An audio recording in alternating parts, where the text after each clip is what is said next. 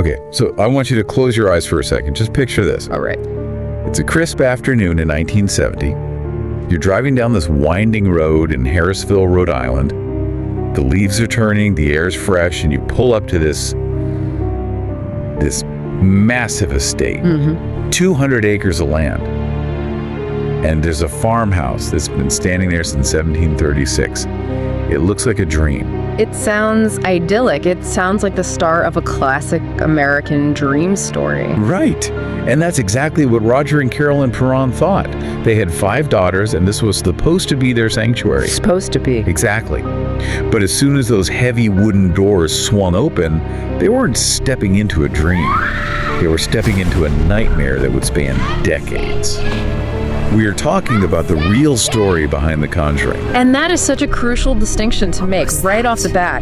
We are not here to recap a horror movie. No. We're here to look at the source material, the memoirs, the local history, the accounts from the family that inspired the film. And often the reality is much stranger and much messier than Hollywood is willing to show. Exactly. I've got the stack of sources right here. And honestly, reading through this, it just hits different than the movie. How so? The movie's a roller coaster, you know? You scream, you laugh, you go home. This feels heavy.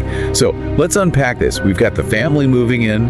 Does the terror start immediately? Is it like day one, blood dripping from the walls? That's the fascinating thing. No. And I think this is where the psychological horror of the reality actually outweighs the film. Okay. According to the family's accounts, the initial weeks were peaceful.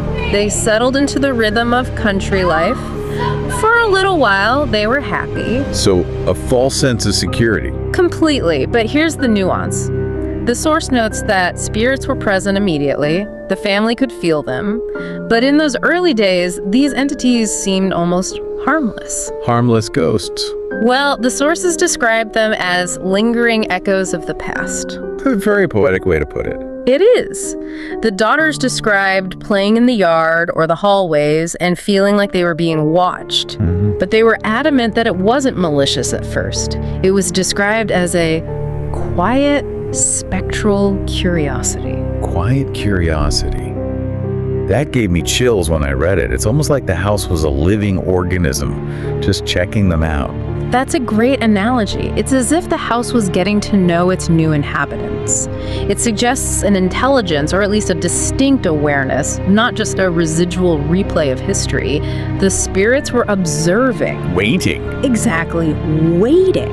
And that makes the shift so much more disturbing, because slowly, almost imperceptibly, that energy began to turn. That curiosity curdled into something darker, something hungry. So what were the first red flags? Because if I hear a noise in an old house, my first thought is, blame the pipes. And at first it was subtle. The sources mentioned things like a soft thud from an empty room upstairs, or a door that had been left open being found shut a few minutes later. Right, easy to rationalize. Yeah. Drafts, old settling wood. You can explain that away for a while.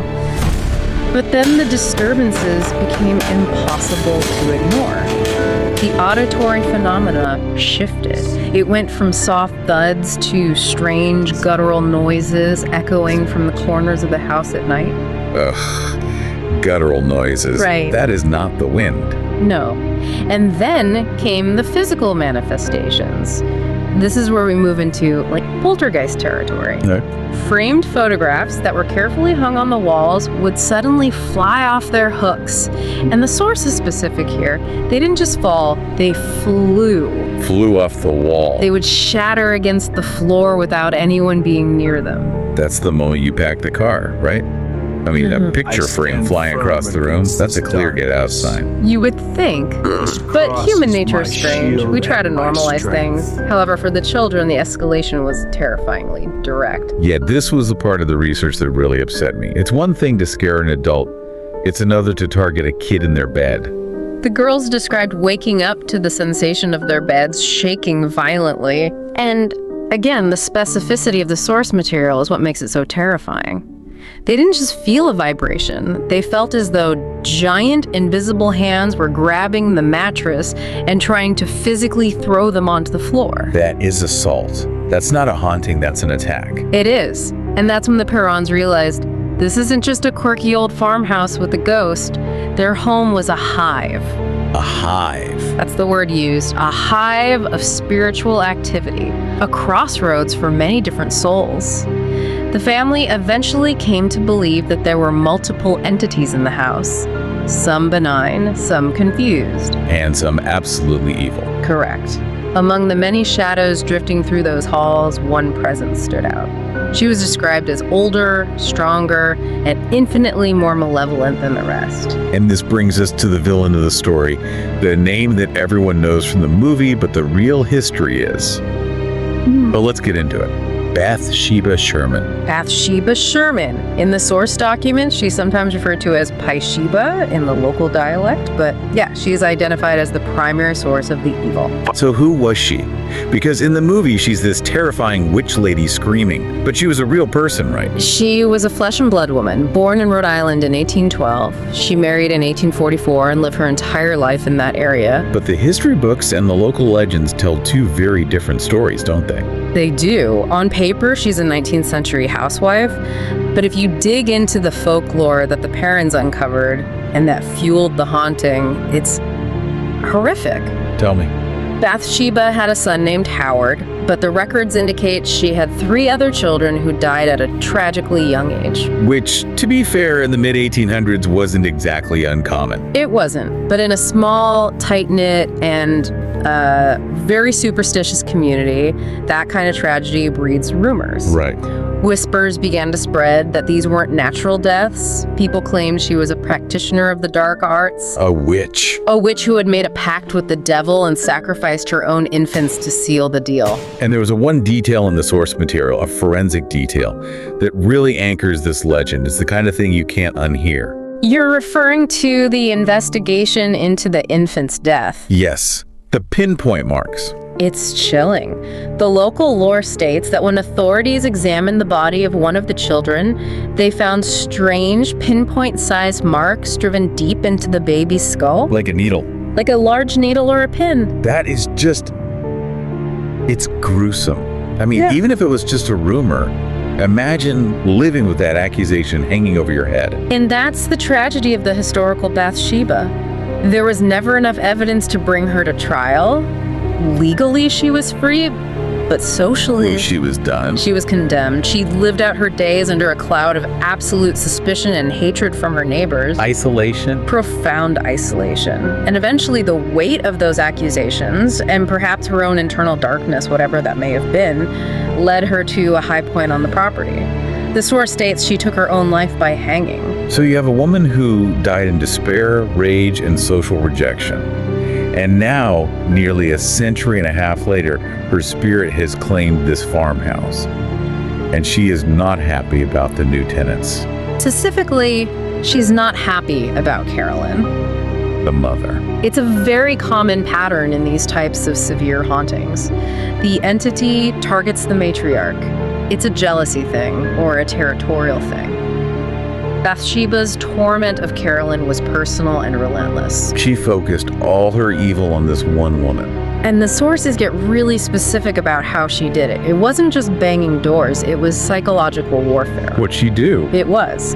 Well, the spirit would wake Carolyn up in the middle of the night. The accounts describe the entity leaning over her, face twisted in rage, whispering directly into her ear.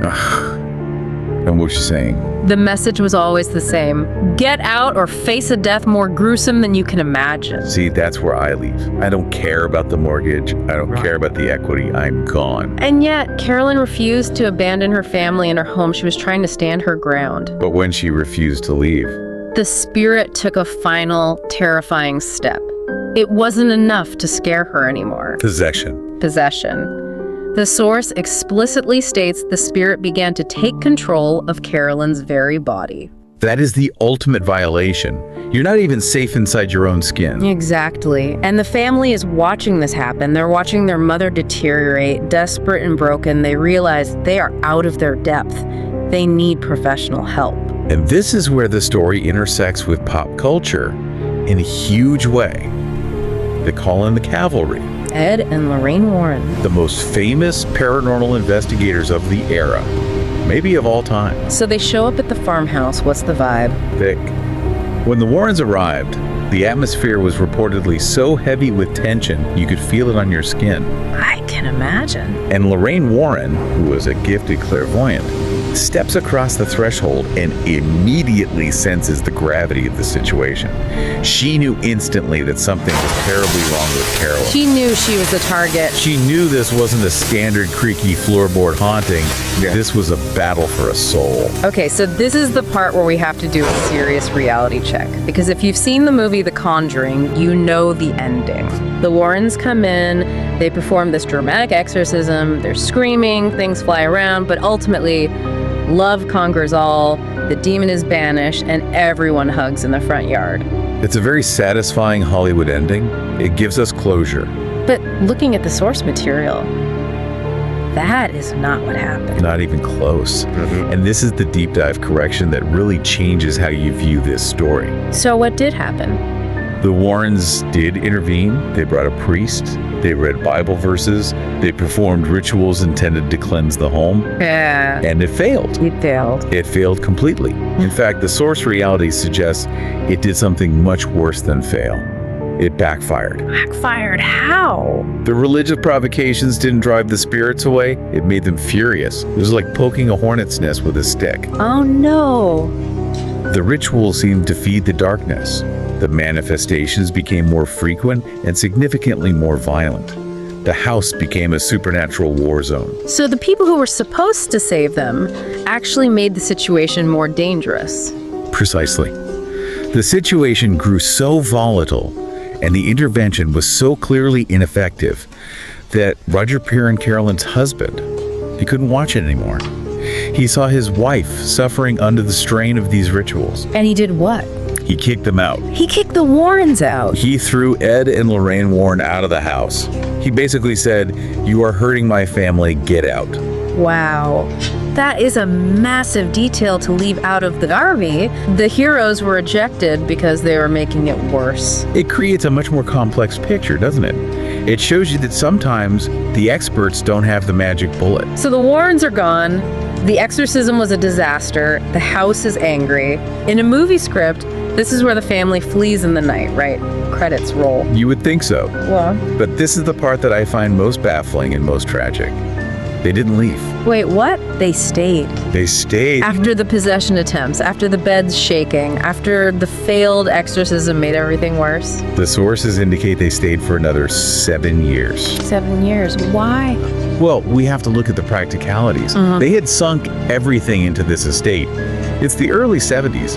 You can't just walk away from a property like that when you have 5 kids to feed. They were financially trapped. Trapped in a house that hates them. Exactly. Imagine the psychological resilience required to endure that, or the damage it caused.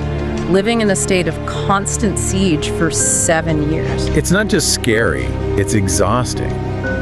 It's trauma. But eventually they did manage to leave. They moved to Georgia. Okay, finally, a fresh start. New state, new house, no witches. And here is where the source delivers one final chilling twist. A detail that really suggests the nature of this haunting was fundamentally misunderstood. Don't tell me. The move didn't help. The source material notes that the peace was temporary. The haunting followed them. No way. It followed them all the way to Georgia. All the way to Georgia. The source notes that paranormal events continued for 10 years after they left the farmhouse. So it wasn't the house, it was attached to them. Specifically, it seemed attached to Carolyn. The connection that Bathsheba had forged wasn't geographic, it was personal. It was spiritual. And it never stopped. The source notes that the haunting only truly stopped upon Carolyn's death. That is heartbreaking. It recontextualizes the whole thing. We always think of haunted houses, you know, like the house is the bad guy. Right. But in this case, the house was just the meeting place. The predator was hunting the person. Precisely. It challenges the idea of escaping. You can sell a house, you can move state lines, but you can't easily sever a spiritual attachment. So let's just look at the arc of this story, because it's not the hero's journey we saw in theaters. No. You have a family buying a dream home. You have a historical antagonist, Bathsheba, with a horrific past of infanticide and accusation. You have the famous investigators, the Warrens, coming in and essentially pouring gasoline on the fire. And then you have a haunting that doesn't end with a for sale sign, but drags on for a lifetime until the mother passes away. It's a grim narrative. It strips away the entertainment value of the movie and leaves us with a very raw, very human experience of fear and endurance. It really makes you wonder about the stories we tell ourselves. Why do we prefer the movie version? I think that's the big question. We love stories like The Conjuring because they have resolutions. Good conquers evil. The priest holds up the cross, the demon screams, the sun comes up. It gives us a sense of control. It tells us the world makes sense. Exactly. It tells us that if you follow the rules, you'll be okay. But the source material here suggests something much more unsettling. It suggests that in reality, some doors, once opened, can never be fully closed. The happy ending was entirely a fabrication of Hollywood. And the reality was that they just had to live with it. That is a terrifying thought, the idea that there isn't always a fix. It forces us to ask, do we tell these ghost stories to scare ourselves, or do we change the endings to comfort ourselves? I think the answer is definitely comfort. Because the truth of the Perron family is way too uncomfortable for a Friday night movie date. It certainly is. Well, on that cheerful note, we are going to wrap up this deep dive. Lord, please. It's been wild looking at the reality behind the legend. Always good to check the sources. Absolutely. Thank you for listening. And remember, next time you hear a bump in the night, maybe don't investigate. Just pull the covers up. We'll see you next time.